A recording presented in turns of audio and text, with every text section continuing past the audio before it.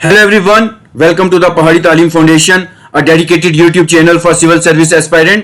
So आज के lecture में हम डिस्कस करने वाले हैं general biology. In today's our topic of concern is vitamins. So आज हम विटामिन्स के ऊपर डिस्कस करेंगे, साइंटिफिक नेम्स डिस्कस करेंगे और जो इसके साथ डेफिशिएंसी डिजीज जो एसोसिएट करती हैं इन विटामिन्स की कमी से, सो उसके ऊपर डिस्कस करेंगे, इसके सोर्स के ऊपर डिस्कस करेंगे. So without wasting time let's start the video. So सबसे पहले हमने देखना है विटामिन्स. विटामिन्स होते क्या हैं? So vitamins are the organic molecules that are essentials to an organism in a very small quantities for a proper metabolic functioning. हमारी जितनी भी मेटाबॉलिक फंक्शनिंग होती है उसके लिए विटामिन्स बहुत ही ज्यादा जरूरी होते हैं. सो अगर हम फर्स्ट पॉइंट डिस्कस करें, so vitamins were first discovered by F C. Hopkin. ये क्वेश्चन बहुत ज्यादा इंपॉर्टेंट है कि वो पूछ लेते हैं एग्जामिनेशंस में क्वेश्चन कि विटामिन्स किसने डिस्कवर किए थे. सो जो विटामिन थे उनको डिस्कवर करने वाले हैं एफ.सी. हॉपकिंस. ये क्वेश्चन भी एग्जामिनेशन पॉइंट ऑफ व्यू से बहुत ज्यादा इंपॉर्टेंट है और एग्जामिनेशन में आने के चांसेस हैं. फिर अगर देखा जाए जो टर्म विटामिन्स है, जो टर्म विटामिन है वो किनके द्वारा कॉइन की गई है? सो जो टर्म विटामिन है वो सी फंक के द्वारा जो है वो कॉइन की गई है. ठीक है, ये क्वेश्चन बहुत ज्यादा इंपॉर्टेंट रहता है एग्जामिनेशन पॉइंट ऑफ व्यू से और एग्जामिनेशन में आने के चांसेस रहते हैं इस क्वेश्चन के. फिर अगर देखा जाए there are these vitamins are divided into two groups. ये जो विटामिन्स होते हैं ये दो ग्रुप्स में डिवाइड होते हैं. एक तो होते हैं हमारे पास फैट सॉल्युबल विटामिन्स जिसमें हमारा vitamin A, vitamin D, vitamin E and vitamin K आते हैं. और एक होते हैं हमारे पास फैट सॉल्युबल विटामिन्स जिनमें हमारे पास आ जाता है vitamin B complexes and vitamin C. जितने भी हमारे विटामिन बी कॉम्प्लेक्सेस हैं वो सारे वाटर सॉल्युबल विटामिन्स हैं. सो नेक्स्ट स्लाइड पे हम चलते हैं. सो विटामिन्स क्या होते हैं? हम आपको बता चुके हैं कि विटामिन्स क्या होते हैं. ये वो वाले ऑर्गेनिक मॉलिक्यूल होते हैं जो बहुत ही जरूरी रहते हैं थोड़ी सी मकदार में हम जितने भी ऑर्गेनिज्म है ताकि उनकी जो प्रॉपर मेटाबॉलिक फंक्शनिंग है वो चलती रहे. ठीक है जी, ये क्वेश्चन भी आप देख लें क्योंकि वाटर सॉल्युबल और फैट सॉल्युबल विटामिन से काफी सारे question examination point of view से आते हैं. सो सबसे पहले हम डिस्कस करते हैं वाटर सॉल्युबल विटामिन्स कौन से होते हैं. ठीक है, जो वाटर सॉल्युबल विटामिन्स होते हैं that are soluble in water. ठीक है, वो वाटर में सॉल्युबल होते हैं. They can't be stored in a body, वो बॉडी में स्टोर नहीं होते. फॉर एग्जांपल हमारे जो विटामिन बी कॉम्प्लेक्सेस हैं या हमारे विटामिन सी हैं. उसके बाद अगर देखा जाए हमारे पास आ जाता है नंबर सेकंड पे फैट सॉल्युबल विटामिन्स. हमारे पास जो फैट सॉल्युबल विटामिन्स हैं वो कौन से हैं?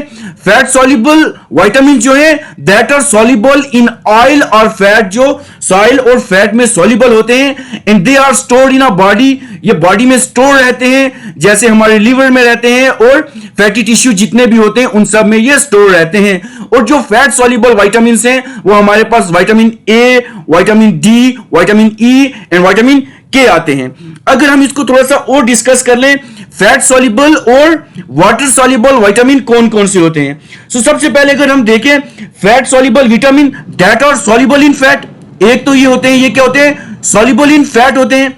उसके बाद अगर देखा जाए these require boiled salt and fat for absorption. ये क्या, इनको क्या चाहिए? Boiled salt. इनको क्या चाहिए? Boiled salt and fat. Boiled salt and fat इनको चाहिए फॉर देयर अब्जॉर्प्शन. इनको अब्जॉर्प्शन के लिए फैट और बॉइल चाहिए. उसके बाद normally these are excreted, these are normally not excreted in the urine. ये यूरिन से एक्सक्रीट नहीं होते. ठीक है ना, ये यूरिन के साथ एक्सक्रीट नहीं होते हैं. ठीक है, ये क्वेश्चन भी बहुत ज्यादा इंपॉर्टेंट रहता है एग्जामिनेशन पॉइंट ऑफ व्यू से. And they are generally stored in liver. और ये जितने भी हैं ये सारे लीवर में स्टोर करते हैं. They do not act as a coenzyme, और ये कोएंजाइम की तरह एक्ट नहीं करते. These do not act as coenzyme. ये इंपॉर्टेंट क्वेश्चन है एग्जामिनेशन पॉइंट ऑफ व्यू से. These are not act as a coenzyme. ये क्वेश्चन भी आप याद रखेंगे. फिर उसके बाद अगर हम देखें वाटर सॉल्युबल विटामिन से वो क्या होते हैं. ठीक है जी, वाटर सॉल्युबल जो विटामिन होते हैं they are soluble in they are soluble in water. सबसे पहले ये तो वाटर में सॉल्युबल होते हैं, ठीक है जी। उसके बाद अगर और पॉइंट हम देखें, दीज आर इजली ऑब्जॉर्ब, ये बहुत ज्यादा इजली ऑब्जॉर्ब हो जाते हैं, ये बहुत ज्यादा इजली ऑब्जॉर्ब हो जाते हैं। फिर अगर हम देखें, ये जितने भी विटामिन बी कॉम्प्लेक्सेस हैं, these have a threshold for urinary excretion, जितना भी ये थ्रेशहोल्ड है इनका, these have a threshold, these have a threshold for this urinary excretion, ठीक है जी। जितनी भी यूरिनरी एक्सक्रीशन है इसके लिए है। उसके बाद देखा जाए, अगर ये जो वाटर सॉल्युबल विटामिन है, these are not stored in the body, ये जितने भी हैं ये सारे बॉडी में स्टोर नहीं होते। लेकिन इसमें भी एक एक्सेप्शन है हमारे पास, विटामिन, इसके पास हमारे पास एक एक्सेप्शन है, विटामिन B12, जो हमारा विटामिन B12 है, इसकी ये एक एक्सेप्शन है, ठीक है। ये क्वेश्चन आप याद रखेंगे एग्जामिनेशन पॉइंट ऑफ व्यू से। उसके बाद कुछ और पॉइंट डिस्कस करें। जो वाटर सॉल्युबल है वो वाटर में डिसॉल्व होते हैं, ठीक है, वो वाटर में डिसॉल्व होते हैं, और जो फैट सॉल्युबल होते हैं ये फैट में डिसॉल्व होते हैं। ये क्वेश्चन भी बहुत ज्यादा इंपॉर्टेंट रहता है। और जो एक्सेस होते हैं, एक्सेस गेट एक्सक्रीटेड, और जितने भी एक्सेस विटामिन होते हैं इसमें वाटर सॉल्युबल में, वो एक्सक्रीट हो जाते हैं। और जो फैट सॉल्युबल जितने भी एक्सेस होते हैं वो सारे क्या हो जाते हैं, स्टोर्ड हो जाते हैं, ठीक है। ये क्वेश्चन भी बहुत ज्यादा इंपॉर्टेंट रहता है। उसके बाद अगर हम देखें इसको एक थोड़ा सा डिफरेंस में देख लेते हैं। जो वाटर सॉल्युबल विटामिन से इनकी जो टॉक्सिसिटी होती है, जो इनकी टॉक्सिसिटी होती है वो क्या होती है, लो होती है। और जो फैट सॉल्युबल होते हैं, जो इनकी जो टॉक्सिसिटी होती है, जो इनकी टॉक्सिसिटी होती है वो हाई होती है। ये क्वेश्चन भी बहुत ज्यादा इंपॉर्टेंट रहता है। फिर एक और पॉइंट डिस्कस कर लें, जो वाटर सॉल्युबल विटामिन होते हैं ये कौन से होते हैं, ये हाइड्रोफिलिक, ये हाइड्रोफिलिक इन नेचर होते हैं, हाइड्रोफिलिक इन नेचर होते हैं। और जो फैट सॉल्युबल विटामिन होते हैं ये हाइड्रोफोबिक, ये जो होते हैं हाइड्रोफोबिक इन नेचर होते हैं, ठीक है। ये क्वेश्चन भी आपको याद रखना पड़ेगा और बहुत ज्यादा इंपॉर्टेंट रहता है हमारा एग्जामिनेशन पॉइंट ऑफ व्यू से। और इसके बाद अगर इसके देखें सिम्टम, जो सिम्टम होते हैं इनकी डेफिशिएंसी डिजीज के, जो हमारे वाटर सॉल्युबल होते हैं वो क्विकली अपीयर हो जाते हैं, बहुत ही जल्दी अपीयर हो जाते हैं एज कंपेयर टू अगर देखा जाए हमारे जो है फैट सॉल्युबल विटामिन से होते हैं उसके ऊपर। ये क्वेश्चन भी बहुत ज्यादा इंपॉर्टेंट रहता है एग्जामिनेशन पॉइंट ऑफ व्यू से और आने के चांसेस रहते हैं। सो पर एक जनरल ओवरव्यू देख लेते हैं, एक जनरल ओवरव्यू देख लेते हैं, ओवरव्यू देख लेते हैं हमने जो इस पूरे लेक्चर में जो चीजें पढ़नी है उसका एक ओवरव्यू है। सबसे पहले हमने देखने हैं विटामिन्स, फिर उसके केमिकल नेम्स, फिर उसके सोर्स आ जाएंगे और उसके बाद इनकी डेफिशिएंसी डिजीज आ जाएंगी, ठीक है जी। सबसे पहले अगर हम देखें हमारे पास फैट सॉल्युबल विटामिन्स आ जाएंगे, जिसमें हमारे पास विटामिन ए जिसको हम रेटिनॉल या रेटिनोइक एसिड कहते हैं। फिर हमारे पास विटामिन डी आ जाएगा जिसको हम एर्गो कैल्सीफ्लोरल कहते हैं या कोली कैल्सीफ्लोरल कहते हैं। उसके बाद विटामिन ई आ जाएगा जिसको हम टोकोफ्लोर कहते हैं। फिर विटामिन के आ जाएगा जिसको हम फाइलोक्वानिन या मीनोक्वानिन कहते हैं। उसके बाद हमारे पास जितने भी वाटर सॉल्युबल विटामिन है वो आ जाएंगे, जिसमें हमारे पास विटामिन B1 है जिसको हम थायामिन कहते हैं। उसके बाद विटामिन B2 है जिसको हम राइबोफ्लाविन कहते हैं। फिर हमारे पास विटामिन B3 है जिसको नियासिनिक या नायासिनिक एमाइड कहते हैं। उसके बाद हमारे पास विटामिन 5 आ जाएगा जिसको हम पेंटोथेनिक एसिड कहते हैं। फिर हमारे पास विटामिन सी आ जाएगा, विटामिन B6 आ जाएगा जिसको हम प्रीडोक्सिन्स या प्रीडोक्सिमाइड या पेरिडोक्सोल कहते हैं। फिर हमारे पास विटामिन B7 आ जाएगा जिसको हम बायोटिन कहते हैं। फिर हमारे पास विटामिन B9 जिसको हम फोलिक एसिड या फोलिनिक एसिड कहते हैं। फिर हमारे पास विटामिन B12 आ जाएगा जिसको हम साइनोकैलोबाइन कहते हैं। फिर उसके बाद हमारे पास विटामिन सी आ जाएगा जिसको हम एस्कॉर्बिक एसिड कहते हैं। ये बहुत ज्यादा इंपॉर्टेंट रहते हैं एग्जामिनेशन पॉइंट ऑफ व्यू से, क्योंकि एग्जामिनर या तो विटामिन पूछेगा, उसका साइंटिफिक नेम पूछ लेगा, या उसके साथ जितनी भी डिजीज एसोसिएट होती हैं वो सारी की सारी इससे पूछ सकता है, क्योंकि एग्जामिनेशन पॉइंट ऑफ व्यू से ये बहुत ज्यादा इंपॉर्टेंट क्वेश्चन रहता है। ये डिफरेंट डिजीजेस जितनी भी इसके साथ एसोसिएट करती हैं। सो हम इसको वन बाय वन सारी स्लाइड्स पे डिस्कस करेंगे। सो इनकी जो भी साइंटिफिक नेम है, इनके जितने भी साइंटिफिक नेम या हमारे पास केमिकल नेम होंगे वो डिस्कस करेंगे।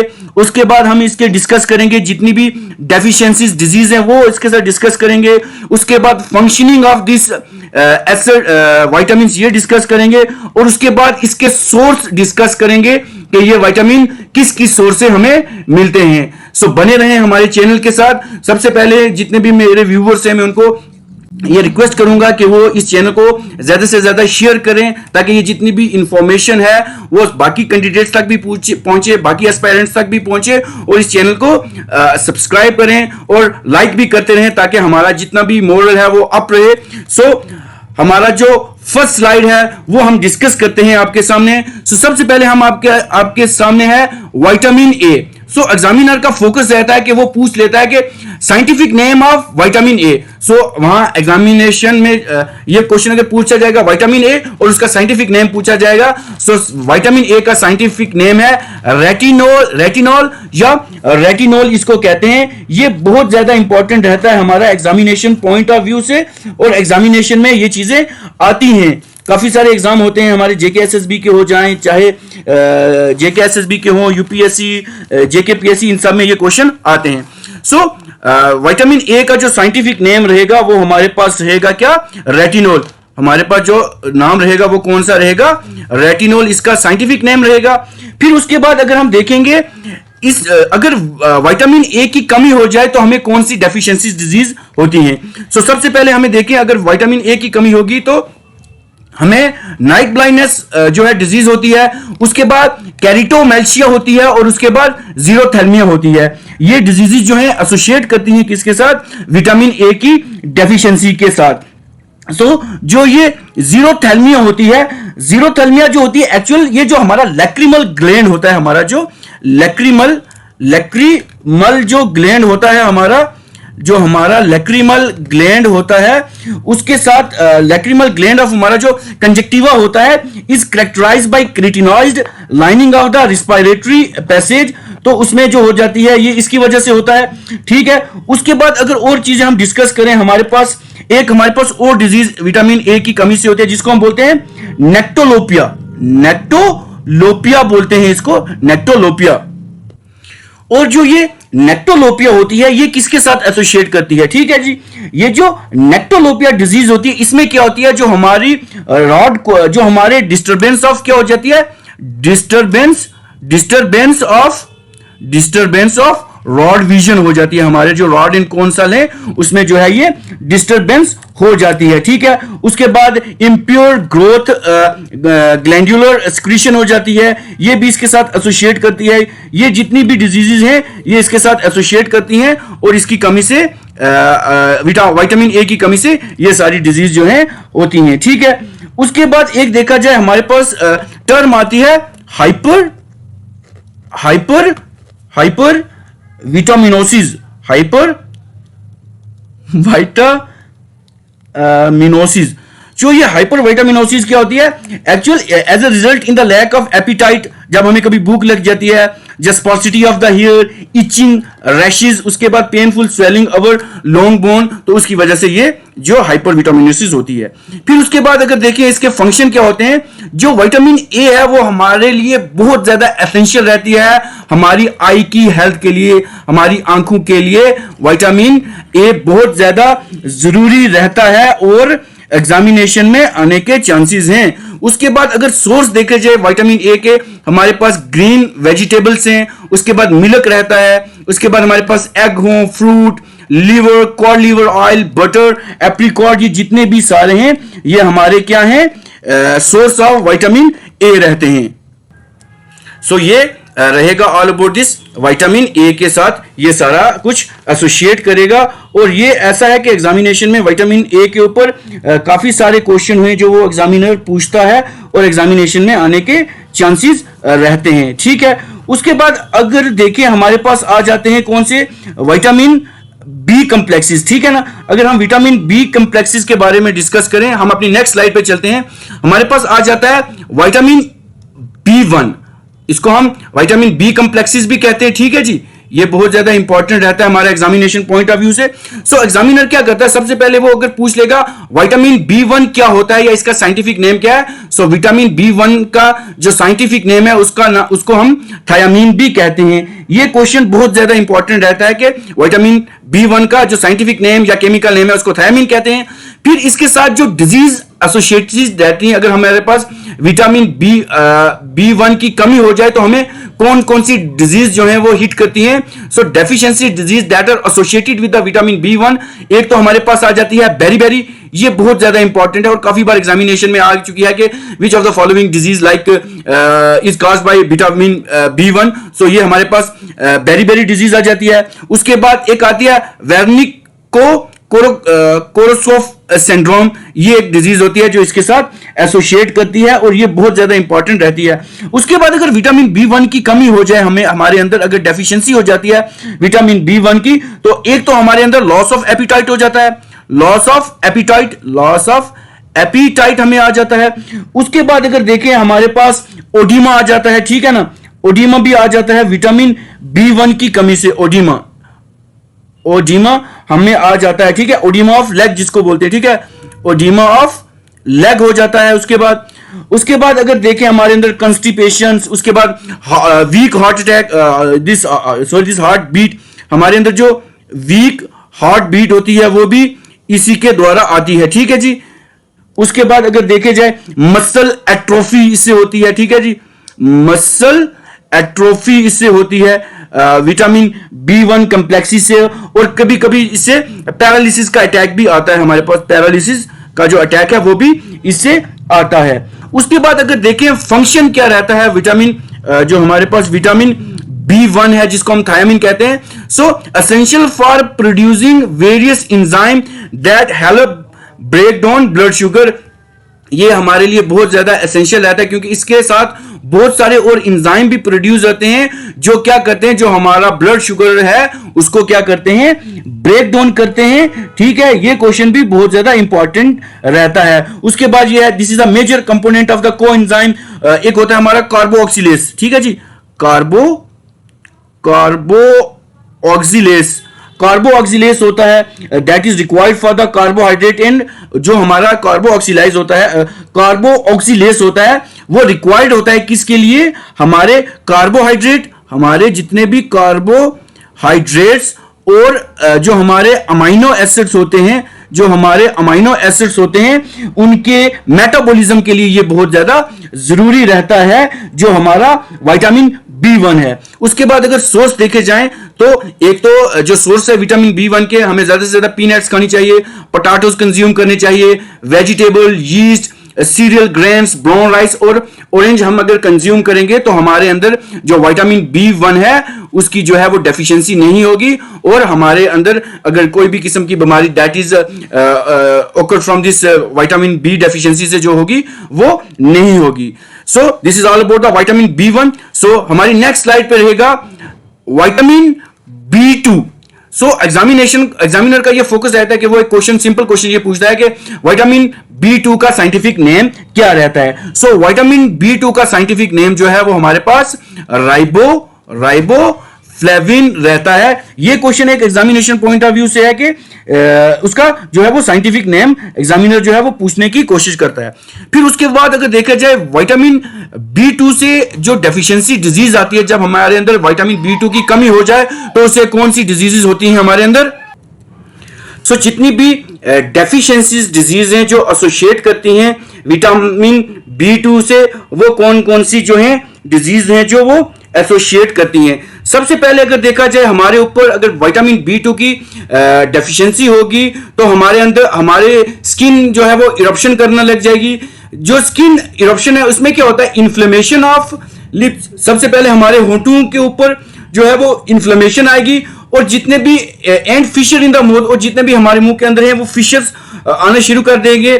फिर उसके बाद ये डिजीज काफी इंपॉर्टेंट है, चेलियोसिस। ये डिजीज जो है वो विटामिन B2 कॉम्प्लेक्सेस की कमी से हमारे अंदर होती है। उसके बाद अगर देखें हमारे अंदर जो माउथ अल्सर है वो भी विटामिन B2 की कमी से हो जाता है। ये क्वेश्चन देखें। उसके बाद कुछ और डिजीज हैं जो हमारे अंदर, एक डाइजेस्टिव, जो हमारे अंदर डाइजेस्टिव डिसऑर्डर होता है वो भी इसकी वजह से आता है, जो हमारे अंदर विटामिन B2 कॉम्प्लेक्सेस की वजह से, जो कमी की वजह से हमारे अंदर डाइजेस्टिव जो है डिसऑर्डर आ जाता है। उसके बाद बर्निंग सेंसेशन हमारी स्किन पे आ जाती है। जितनी भी बर्निंग सेंसेशन है हमारी स्किन पे, बर्निंग सेंसेशन हमारी स्किन को हो जाती है। उसके बाद अगर देखें हमारे अंदर इन्फ्लेमेशन ऑफ टंग हो जाती है। ठीक है जी, हमारे जो बॉडी है अगर विटामिन B2 की कमी होगी तो इन्फ्लेमेशन ऑफ हमारे अंदर इन्फ्लेमेशन ऑफ टंग भी हो जाती है। ये क्वेश्चन। उसके बाद देखें मेंटल डिप्रेशन भी कभी कभी आ जाता है अगर विटामिन B2 की कमी होगी। उसके बाद हमारे अंदर हेडेक भी आ जाता है, हमारे अंदर हेडेक भी हो जाता है अगर हमारे अंदर विटामिन B2 कॉम्प्लेक्सेस की जो कमी होगी। ठीक है ना, अगर हमारे अंदर राइबोफ्लेविन की कमी होगी। फिर उसके बाद हम देखते हैं फंक्शंस जो हैं विटामिन B2 के, वो क्या फंक्शन है। So it is essential for the growth and the development of the body cell. हमारे अंदर ये बहुत ज्यादा जरूरी रहते हैं हमारे ग्रोथ के और हमारे जितने भी डेवलपमेंट होती है हमारे सेल की।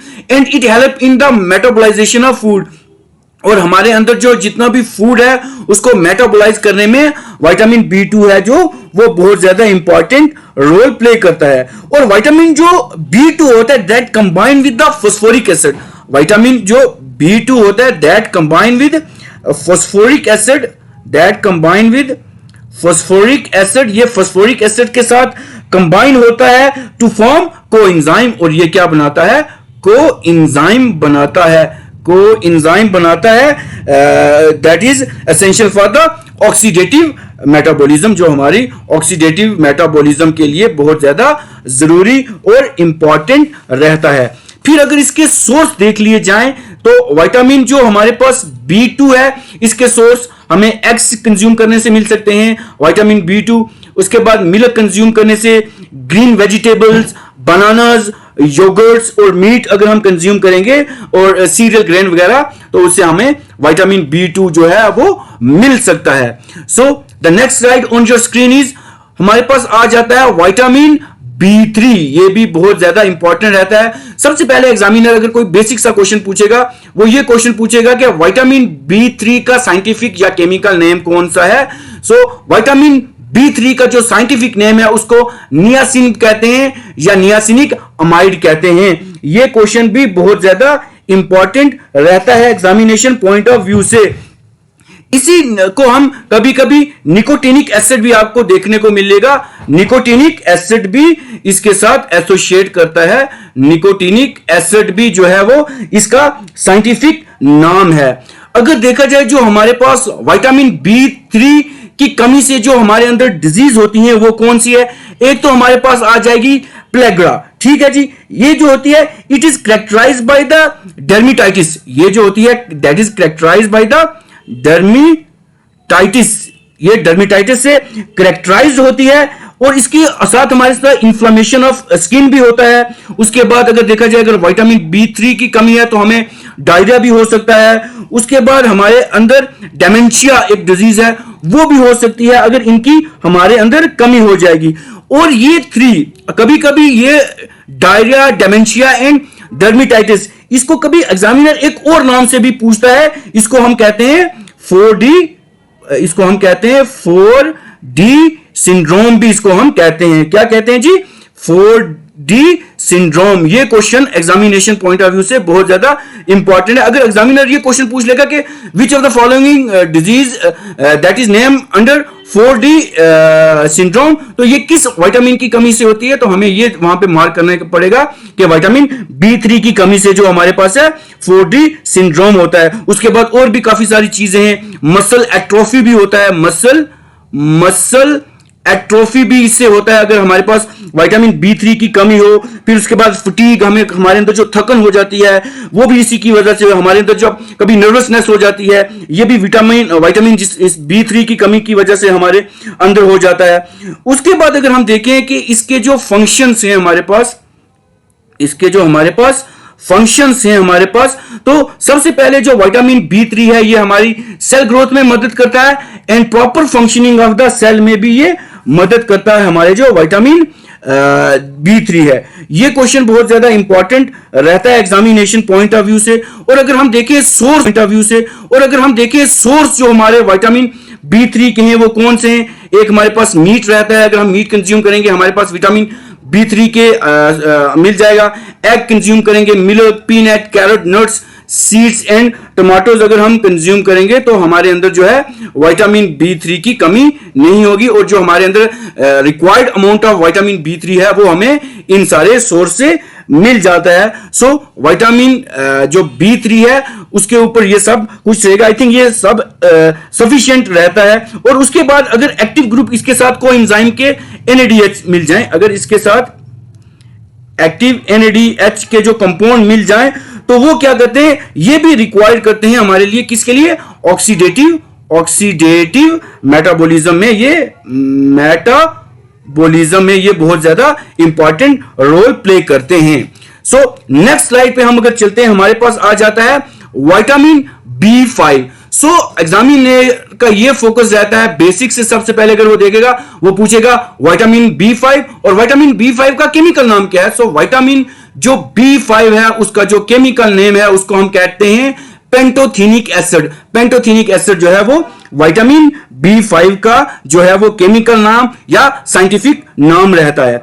उसके बाद अगर हम देखें डेफिशिएंसी डिजीज जो है वो विटामिन B5 से, विटामिन B5 की कमी से होती है, वो कौन सी है, एक तो हमारे पास आ जाएगी पैरा एस्थेनेसिया आ जाती है। उसके बाद एक्नेस, जितने हमारे मुंह पे मुहासे या दाने, कील या पिंपल्स आ जाते हैं। उसके बाद फटीग, हमारे अंदर थकन आ जाती है। इनसोमिना, स्लीप, जब हमें स्लीप नहीं आती, when we are devoid of the sleep, जब हमारे अंदर हमको नींद नहीं आती, वो विटामिन B5 की वजह से आती है। हमारे अंदर डिप्रेशन आ जाता है, इरिटेबिलिटी, जब इंसान इरिटेट होना शुरू कर देता है वो भी विटामिन B5 की कमी से होता है। मतलब ये काफी लेवल पे नहीं होता, मतलब these are the symptom, these are the diseases associated disease, या हमारे अंदर मॉल फंक्शनिंग हो जाती है या हमारे बिहेवियर में चेंज हो जाता है। उसके बाद वॉमिटिंग, जितना भी हमारे अंदर क्या करना है वो आ जाता है। स्टोमिक पेन, हमारे जो मैदे में दर्द होता है, जब हमारे बर्निंग फीट, पांव गर्म हो जाते हैं। यूजुअली जो अभी का मौसम है, काफी सारे लोग ऐसे होते हैं जिनके पांव के जो पांव है वो नीचे जो पाम होती है वो गर्म होती है, बर्निंग सी उनको सेंसेशन फील होती है। वो भी अभी ये तो रिसेंट इस सीजन में होता है, वो भी इसकी कमी की वजह से होती है। अपर रिस्पायरेटरी इन्फेक्शन जो है वो भी इसी की वजह से होते हैं। उसके बाद फैटी लीवर हो जाता है कभी कभी, वो भी इसी की कमी की वजह से हो जाता है।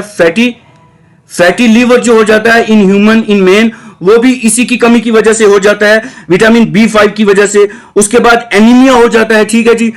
उसके बाद क्या हो जाता है हमारे पास, एनीमिया, हमारे अंदर जो है एनीमिया भी इसी की डेफिशिएंसी से आ जाता है। उसके बाद रिड्यूस दिस क्या बोलते हैं हमारा जी, स्टेरॉइड्स सिक्रीशन जो होती है हार्मोन की, जो हमारे अंदर स्टेरॉइड्स होते हैं, हमारे अंदर स्टेरॉइड्स जो हार्मोन्स होते हैं उसकी जो है वो रिडक्शन हो जाती है, ठीक है नहीं, रिड्यूस सिक्रीशन हो जाती है।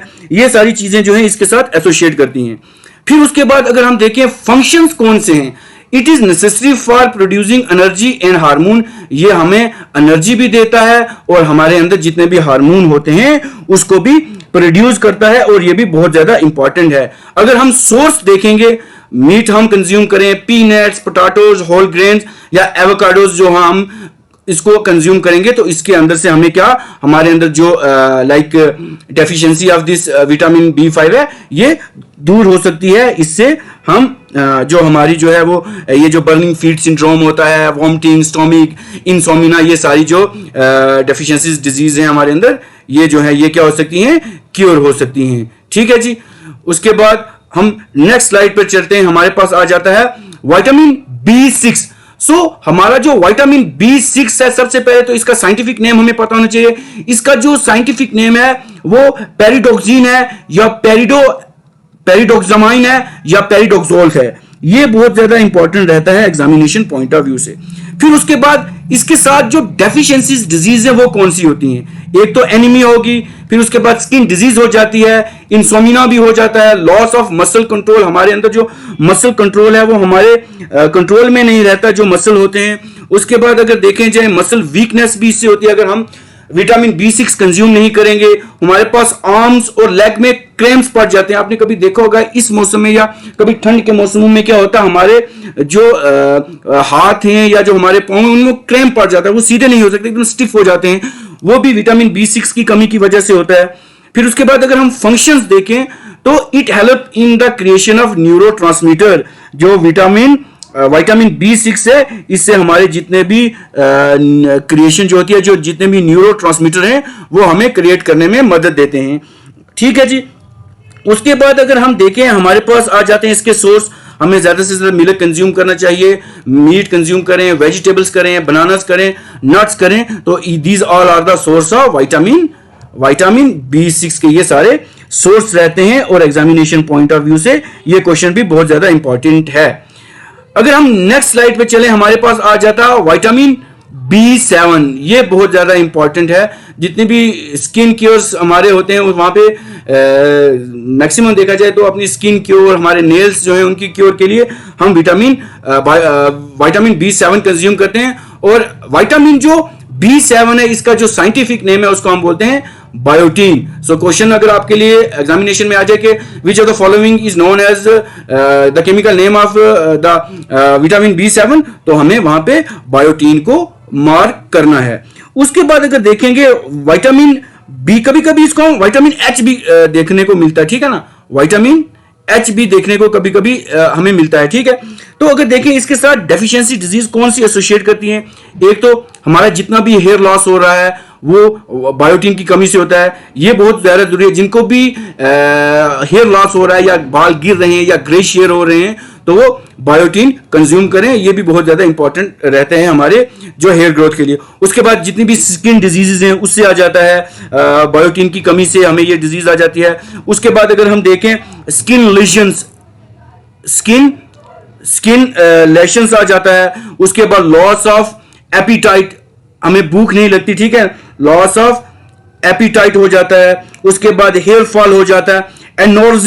एनोर्जिया बोलते हैं लॉस ऑफ एपिटाइट को। ठीक है, एनोर्जिया, ये क्वेश्चन पूछ लेंगे कि एनोर्जिया किसकी डेफिशिएंसी से होती है, तो हमने बताना है विटामिन B7 की कमी से होती है। So it is a loss of appetite. ये क्वेश्चन भी बहुत ज्यादा इंपॉर्टेंट रहता है एग्जामिनेशन पॉइंट ऑफ व्यू से। फिर अगर हम देखें इसके फंक्शन क्या है, enable body to metabolize protein. ये तो मेटाबोलाइज प्रोटीन को करता है, फैट को करता है और कार्बोहाइड्रेट को ये मेटाबोलाइज करता है। It also contribute to the keratin, ये जितने भी हमारे कैराटीन है इसमें कंट्रीब्यूट करता है। और ये कैरोटीन क्या होता है, it is a structural protein in hair, in skin, hair and nails. हमारे जितने भी नेल, हेयर, स्किन, उसके अंदर जो भी स्ट्रक्चरल प्रोटीन होती है वो कौन सी होती है, कैरोटीन। ठीक है, इसको आप डिटेल से याद रखेंगे। इसलिए जिसके कभी नेल्स खराब हो जाएं या कभी स्किन में ड्राइनेस हो जाती है या बाल गिरते हैं या नेल्स जो हैं वो खराब हो जाते हैं, तो डॉक्टर ज्यादा से ज्यादा उनको देखें। आप खुद भी देखें जिनमें ये प्रॉब्लम होती है तो उनको डॉक्टर जो है वो क्या चीज रिकमेंड करते हैं, बायोटीन रिकमेंड करते हैं। तो फिर अगर देखा जाए ये बायोटीन जो है, जो बायोटीन हमारे पास है, ये जो है इसके सोर्स क्या हैं, एक तो हम यीस्ट कंज्यूम कर सकते हैं, व्हीट कंज्यूम कर सकते हैं, these are the natural resource.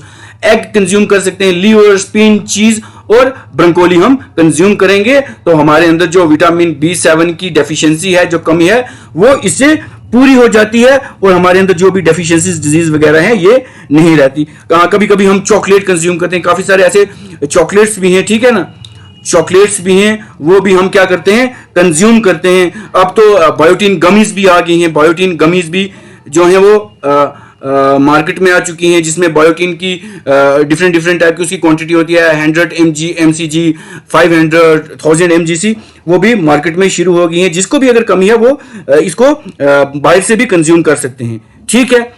So next slide पे हम चलते हैं, हमारे पास आ जाता है vitamin B9। So vitamin B9 का जो साइंटिफिक नेम है या केमिकल नेम है उसको कहते हैं हम फोलिक एसिड, ठीक है। ये क्वेश्चन बहुत ज्यादा इंपॉर्टेंट, या इसको हम कहते हैं फोलिनिक एसिड। ये चीज भी आप अपने एग्जामिनेशन पॉइंट ऑफ व्यू से ध्यान में रखें, ठीक है।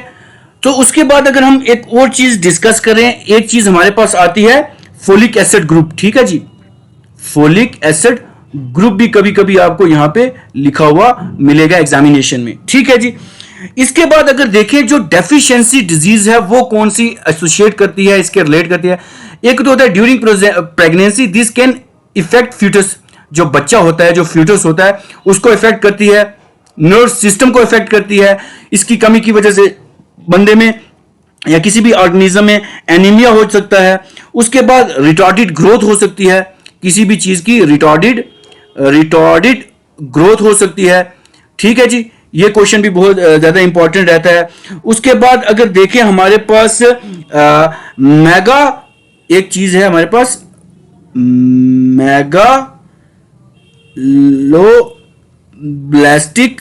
मेगालोब्लास्टिक एनीमिया हो सकता है, मेगालोब्लास्टिक एनीमिया हो सकता है, इसमें ये भी आ सकता है, ठीक है जी। सो ये मेगालोब्लास्टिक एनीमिया क्या होता है, जितने भी हमारे लार्ज आरबीसीज होते हैं वो वाले बॉडी में जितने भी लार्ज आरबीसीज होते हैं वो, और साथ में आई थिंक जो हमारी बॉडी में जितना भी लो आरबीसी कंटेंट होता है, जो लो आरबीसी कंटेंट होता है व्हाइट ब्लड कॉर्पस्कल, जिसका साइंटिफिक नेम एरिथ्रोमाइसिन है और 120 डेज इसकी जो लाइफ साइकिल है, ठीक है। लो आरबीसी कंटेंट इसकी वजह से हो सकता है। अगर देखा जाए फंक्शनिंग इसकी देखी जाए तो जो इसकी फंक्शनिंग है, it is essential for making DNA and RNA और डीएनए को बनाने में इसका बहुत ज्यादा अहम रोल रहता है। So it is essential for synthesis of DNA and maturation of blood corpuscle, और ये क्या करता है, मैच्योरेशन जो हमारी होती है, मैच्योरेशन ऑफ हमारे जितने भी ब्लड कॉर्पस्कल्स होते हैं, जो ब्लड सेल्स होते हैं, ठीक है जी, उनकी मैच्योरेशन के ये क्या करता है, इंपॉर्टेंट रोल जो है वो प्ले करता है, maturation of the red blood या ब्लड कॉर्पस्कल जो होता है। इसके अगर सोर्स देखे जाएं, सोर्स कौन से होते हैं, एक तो लीफी वेजिटेबल, पीस ज्यादा से ज्यादा कंज्यूम करें, पीस, उसके बाद लिवर, सनफ्लावर सीड, उसके बाद फ्रूट कंज्यूम करेंगे तो हमारे अंदर जो विटामिन B9 की जो कमी है वो पूरी हो सकती है, ठीक है। सो चलते हैं हम अपनी नेक्स्ट स्लाइड पे। सो हमारे पास नेक्स्ट स्लाइड पे आ जाता है vitamin B12। So vitamin B12 भी बहुत ज्यादा इंपॉर्टेंट है। सबसे पहले तो हमें इसका साइंटिफिक नेम आना चाहिए। सो विटामिन B12 का जो साइंटिफिक नेम है उसको बोलेंगे हम साइनोकोबैलिम, ठीक है, ये साइंटिफिक नाम है। या इसको हम बोलेंगे हाइड्रोक्सोपोलोबेम, या इसको बोलेंगे मिथाइल कोबैलामिन। ये क्वेश्चन बहुत ज्यादा इंपॉर्टेंट रहता है एग्जामिनेशन पॉइंट ऑफ व्यू से। अगर विटामिन B12 की कमी हो जाए तो हमारे अंदर एनीमिया हो सकता है। उसके बाद न्यूरोलॉजिकल प्रॉब्लम हमारे अंदर अराइज करती हैं अगर विटामिन B12 की ये कमी हो जाए। उसके बाद अगर हम देखें like haemoglobin free immature RBC जो होते हैं वो जो है इसमें एनीमिया में जो है वो उसकी वजह से हो जाते हैं। फिर उसके बाद देखिए इसकी फंक्शनिंग क्या है, फंक्शंस क्या होता है विटामिन B12 का। सो ये जो है ये essential for the healthy nerve system, जो हमारी नर्व सिस्टम है उसके लिए, उसकी हेल्थ के लिए ये बहुत इंपॉर्टेंट रहता है विटामिन जो B12 रहता है। और it is also required for chromosome duplication. ये हमारे अंदर जो क्रोमोसोम्स होते हैं, क्रोमोसोम डुप्लीकेशन के लिए ये रिक्वायर्ड रहते हैं। उसके बाद फॉर्मेशन ऑफ द ब्लड कॉर्पस्कल्स के लिए भी ये इंपॉर्टेंट रहते हैं, ठीक है। ये क्वेश्चन भी बहुत ज्यादा इंपॉर्टेंट रहता है एग्जामिनेशन पॉइंट। फिर अगर सोर्स देखें विटामिन B12 हमें मीट कंज्यूम करने से मिल सकता है, फिश, एग, मिल्क, सीरियल्स और यीस्ट कंज्यूम करने से हमें जो विटामिन B2 की जो क्वांटिटी है वो हमें यहां से पूरी हो सकती है। अब चलते हैं हम अपनी नेक्स्ट स्लाइड पे। सो अब हमारे पास आ जाता विटामिन C। ये बहुत ज्यादा इंपॉर्टेंट रहता है हमारे पास विटामिन सी। ठीक है जी, विटामिन सी। सो अगर देखिए जो डेफिशिएंसी डिजीज है वो कौन सी होती है, ये क्वेश्चन काफी बार आ चुका है कि the deficiency of vitamin C leads to scurvy. तो विटामिन B2 की कमी से हमें स्कर्वी हो सकती है, जिसको हम ब्लीडिंग गम भी कहते हैं। और इसका एक और नाम भी है, ये एग्जामिनर भी कभी कभी पूछ लेता है कि इसको हम क्या बोलते हैं, सेलर डिजीज। इसको हम सेलर्स डिजीज भी कहते हैं, सेलर्स डिजीज भी कहते हैं, जब विटामिन सी की कमी से हमें स्कर्वी होती है। ठीक है, उसके बाद it is characterised by delay wounding and healing, बहुत ज्यादा डिले हीलिंग होती है हमारे अंदर। ठीक है जी, जो हीलिंग होती है वो बहुत ज्यादा डिले हो सकती है। उसके बाद ग्रोथ रिटॉर्डेशन होती है। उसके बाद ब्रेकडाउन ऑफ इम्यून सिस्टम, जो डिफेंस सिस्टम होता है हमारा। ठीक है, जो हमारा इम्यून सिस्टम होता है हमारे अंदर, जो हमारे अंदर इम्यून सिस्टम होता है वो ज्यादा क्या होता है, डिफेक्टिव हो सकता है, ये भी आ जाता है। उसके बाद एग्जॉशन हो सकती है, नर्व सिस्टम ब्रेकडाउन हो सकता है, हाई फीवर हो सकता है अगर विटामिन सी की कमी हमारे अंदर होती है। ये डिफरेंट चीजें हैं जो इसके साथ एसोसिएट करती हैं। उसके बाद ब्लीडिंग गम एंड बोन, ये भी एसोसिएट करती है। फिर उसके बाद फंक्शन क्या रहेगा एस्कॉर्बिक एसिड का। सो इट इज ये जो विटामिन सी है ये क्या करे, contribute to the collagen production. एक तो कोलेजन प्रोडक्शन के लिए ये एसेंशियल रहता है। ठीक है जी, कोलेजन प्रोडक्शन के लिए ये जो एसेंशियल रहता है। उसके बाद बोन हीलिंग के लिए ये बहुत ज्यादा इंपॉर्टेंट रहता है। उसके बाद अगर देखा जाए ये बोन फॉर्मेशन के लिए इंपॉर्टेंट है, स्ट्रेंथनिंग ब्लड वेसल, हमारी जितनी भी ब्लड वेसल है उनको स्ट्रेंथ करने को, मजबूत करने के लिए। उसके बाद सपोर्ट के लिए रहता है, इम्यून सिस्टम को सपोर्ट करने के लिए ये रहता है हमारे पास। उसके बाद it act as an antioxidant. ये क्वेश्चन शायद लास्ट JKSSB के एग्जाम्स कुछ हुए थे, उस सीरीज में शायद ये आया था कि which vitamin is act as antioxidant. So उसमें ये वाला क्वेश्चन था। अगर इसके सोर्स देखे जाएं तो जितने भी सिट्रस फ्रूट हैं या जितने भी वेजिटेबल्स हैं वो इसके जो है ये क्या रहते हैं, सोर्स रहते हैं। उसके बाद हम पेपर कंज्यूम करेंगे, अगर लेमन ऑरेंज करेंगे, जितने भी सिट्रस फ्रूट हैं हमारे अंदर। ठीक है जी, लेमन को अगर कंज्यूम करेंगे, उसके बाद ऑरेंज को कंज्यूम करेंगे, ये सारी चीजें इसके साथ एसोसिएट करती हैं। सो अगर फंक्शन देखा जाए सो ये जो है एसेंशियल रहता है फॉर्मेशन के लिए, कोलेजन्स के लिए, उसके बाद कार्टिलेज के लिए, बोन्स के लिए, टीथ के लिए, कनेक्टिव टिश्यू के लिए। ठीक है जी, कनेक्टिव टिश्यू के लिए, उसके बाद आरबीसी की फॉर्मेशन के लिए, उसके बाद आयरन मेटाबॉलिज्म के लिए। ठीक है जी, आयरन मेटाबॉलिज्म के लिए भी ये बहुत ज्यादा इंपॉर्टेंट रहता है। सो ये रहेगा सारा इसके ऊपर विटामिन सी के ऊपर। सो अब चलते हैं हम अपनी नेक्स्ट स्लाइड के ऊपर, that is your vitamin D. So सबसे पहले तो ये बेसिक सा क्वेश्चन कि विटामिन डी का साइंटिफिक नाम क्या होता है।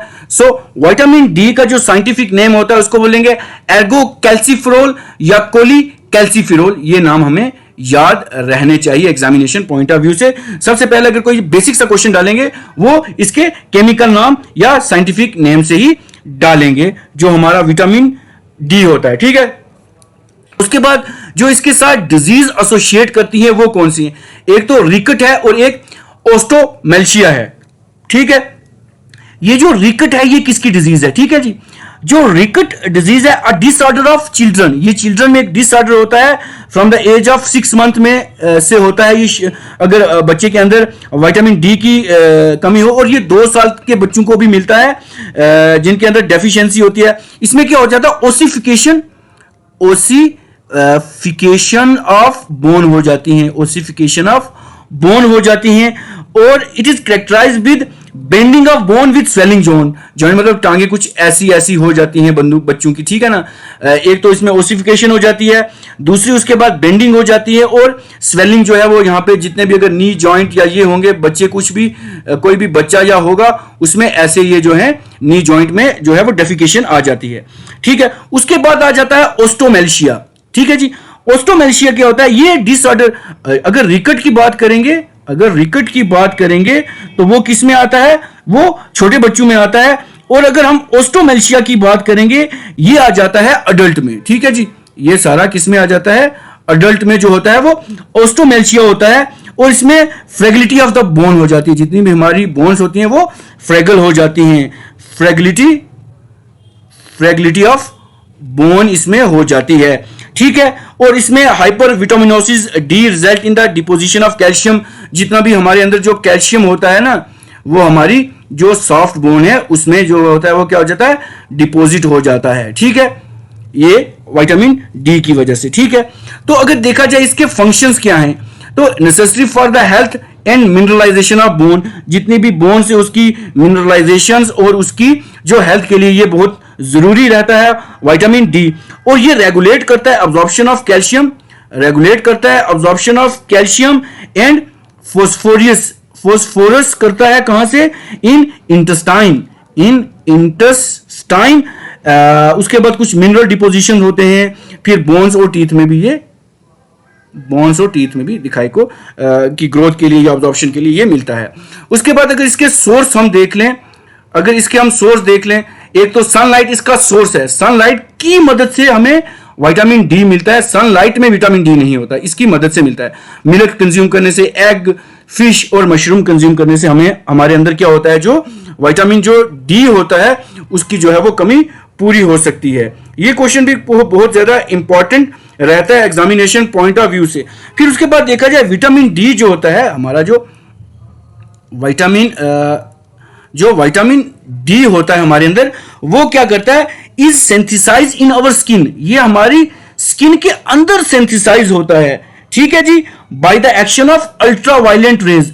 जो अल्ट्रावायलेंट रेज होती है उसके एक्शन से ये हमारी स्किन के अंदर बनता है। और ये जो है हमें जो अल्ट्रावायलेट रेज है कहां से मिलती है, सन से मिलती है। ये क्वेश्चन भी बहुत ज्यादा इंपॉर्टेंट रहता है हमारे एग्जामिनेशन पॉइंट ऑफ व्यू से। अब चलते हैं हम अपनी नेक्स्ट स्लाइड पे। हमारे पास आ जाता है विटामिन ई, ये भी बहुत ज्यादा इंपॉर्टेंट है। सबसे पहले विटामिन ई का एग्जामिनर आपको या तो साइंटिफिक नेम या केमिकल नाम पूछेगा, तो विटामिन ई का जो साइंटिफिक नेम है उसको बोलते हैं हम टोकोफिरोल या टू कोटिट्रिनॉल, इसको हम बोलते हैं एग्जामिनेशन पॉइंट ऑफ व्यू से, ठीक है। अगर देखा जाए डेफिशिएंसी डिजीज, एक तो स्टेरिलिटी इन मेल हो जाती है और वीकनेस इन मसल, ये विटामिन ई की जो है वो कमी से होता है, ठीक है। सो क्या होता है, रिवर्सिबल स्टेरिलिटी इन फीमेल हो जाता है, that is characterised by abnormal ovulation, फिर फर्टिलाइजेशन एंड इंप्लीमेंटेशन उसकी वजह से हो जाता है, ठीक है। और उसके बाद मसल डिस्ट्रॉफी भी होता है, ठीक है जी, मसल डिस्ट्रॉफी भी इसकी वजह से हो सकता है, ठीक है। एनीमिया हो सकता है due to increased breakdown of the blood cell, increase breakdown of cell की वजह से एनीमिया भी हो सकता है। उसके बाद इसके फंक्शंस क्या हैं, it act as an antioxidant, ये जो विटामिन ई है ये एंटीऑक्सीडेंट होता है।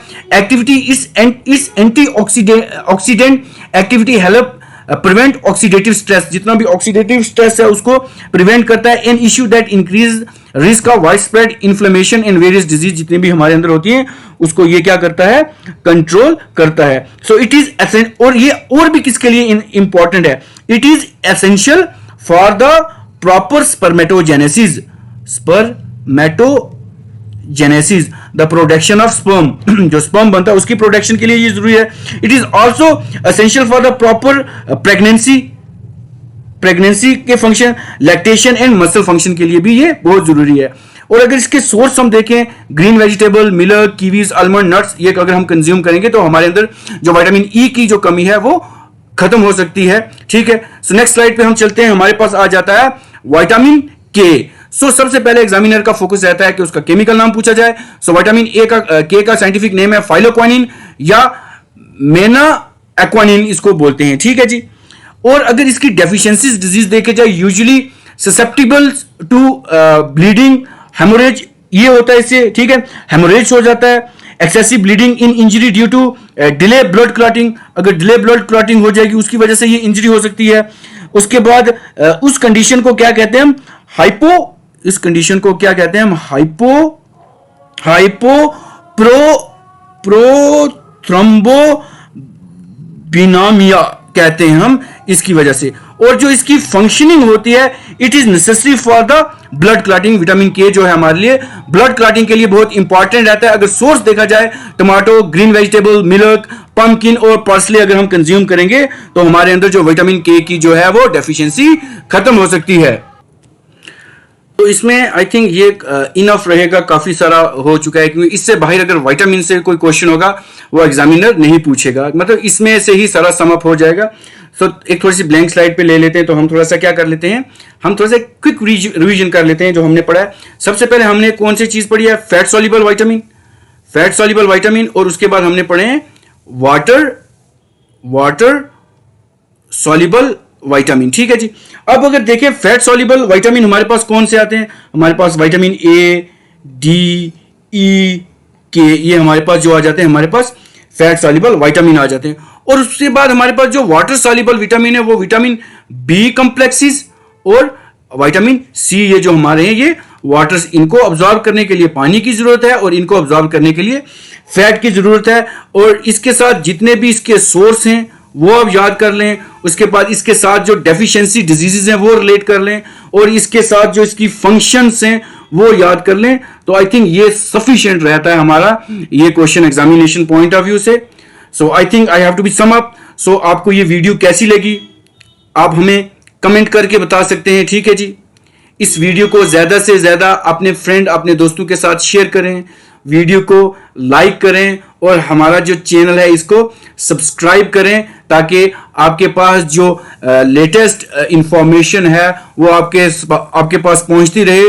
और हम इंस्टाग्राम पे जो हमारा पेज है उस पर हम डेली करंट अफेयर अपलोड करें, और यूट्यूब के कम्युनिटी पार्ट पे हम जो है वहां भी करंट अफेयर जो है वो कर रहे हैं, क्योंकि बहुत डिफिकल्ट रहता है इतनी सारी चीजें एक टाइम पे करना।